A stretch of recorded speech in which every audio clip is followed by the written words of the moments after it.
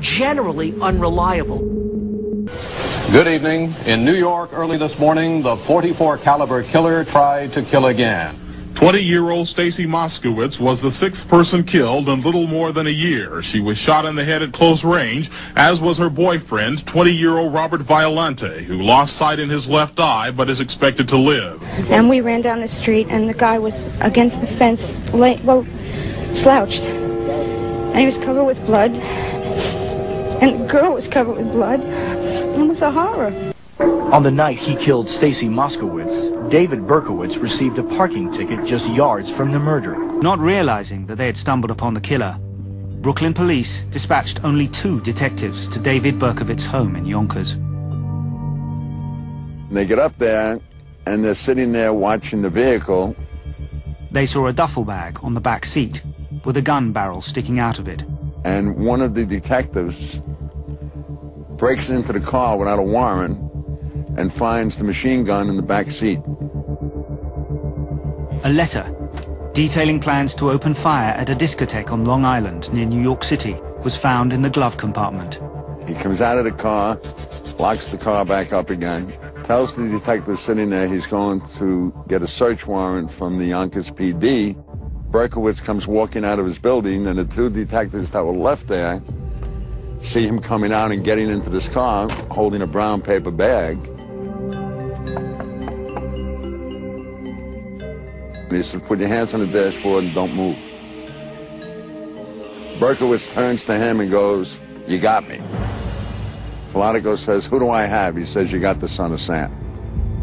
And sitting in the car next to him in a brown paper bag was the .44 caliber weapon that killed and shot all these people. That was it. He didn't resist in any way, and he was philosophic about it. Chief Keenan, what resemblance did he bear to this latest sketch that you released? He looked more like the first sketch. We capture him on August 10th, 1977. For 1 week solid. Any restaurant we went into, any bar we went into, we would get standing ovations, because they all knew us from the publicity. You couldn't buy a drink. You couldn't pay for your own meals. Girls were coming up and throwing their arms around you, kissing you. My wife didn't like that too much. There was a submachine gun with several clips of ammunition and a loaded .44 Bulldog revolver. The .44 Bulldog? Well, we're checking that out, and we anticipate the results will be positive. They held the biggest promotion ceremony in the history of the NYPD before the ink was dried on Berkowitz's fingerprint.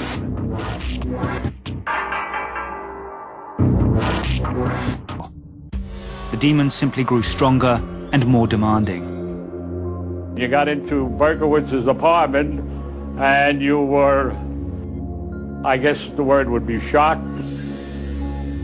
Covering the walls of the apartment, detectives saw the writing of a person who appeared to be deranged, someone who had lost touch with reality. Psychiatrists concluded that Berkowitz was fit to stand trial, though one of the doctors doubted his story altogether. The demons he first described have disappeared.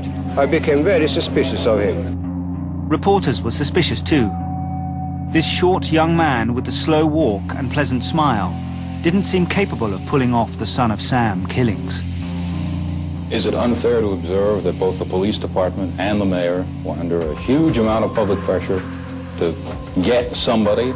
If you're implying a political pressure, that's ridiculous. Something had to be done, and we were doing everything we could to make the arrest in order to relieve the tension not only on the police themselves, but to relieve the fear and the tension in the city. Some of the parents of the 6 young people David Berkowitz has confessed to killing were also on hand.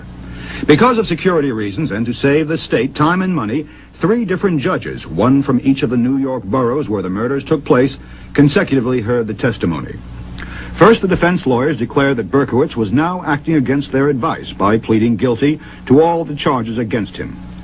Then the judges carefully led Berkowitz, who seemed calm and spoke in a monotone, through a series of questions to establish his guilt and his ability to understand what was happening to him.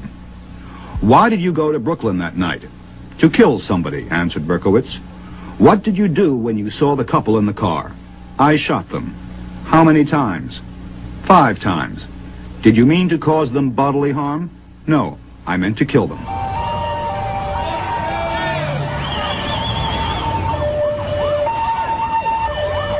David Berkowitz was sentenced to 6 separate terms of 25 years to life.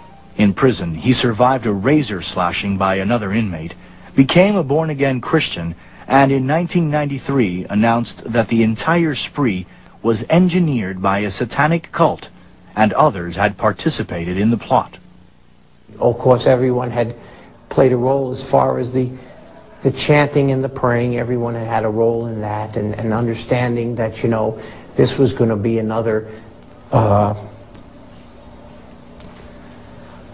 sacrifice to our gods, bunch of scumbags that they were, our gods, Lucifer and his crew, and we said, yeah, this is going to be another one for you, you know, and I said. But those close to the case insist that Berkowitz's claims have no basis in fact. I think he acted alone. During his confessions, he gave information that only the killer would know. He was in possession of the gun that was used, and after he was captured, the murders stopped. If there was a cult, just because you take one person out of the cult goes on. So I don't believe for a moment that there was a cult involved.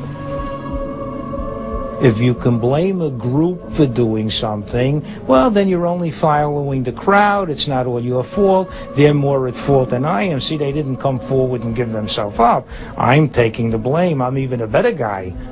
One guy did the shootings, Berkowitz. Just as one guy shot Kennedy, Oswald, one guy shot George Wallace, one guy shot John Lennon, and one guy shot Ronald Reagan. I mean, it's one guy.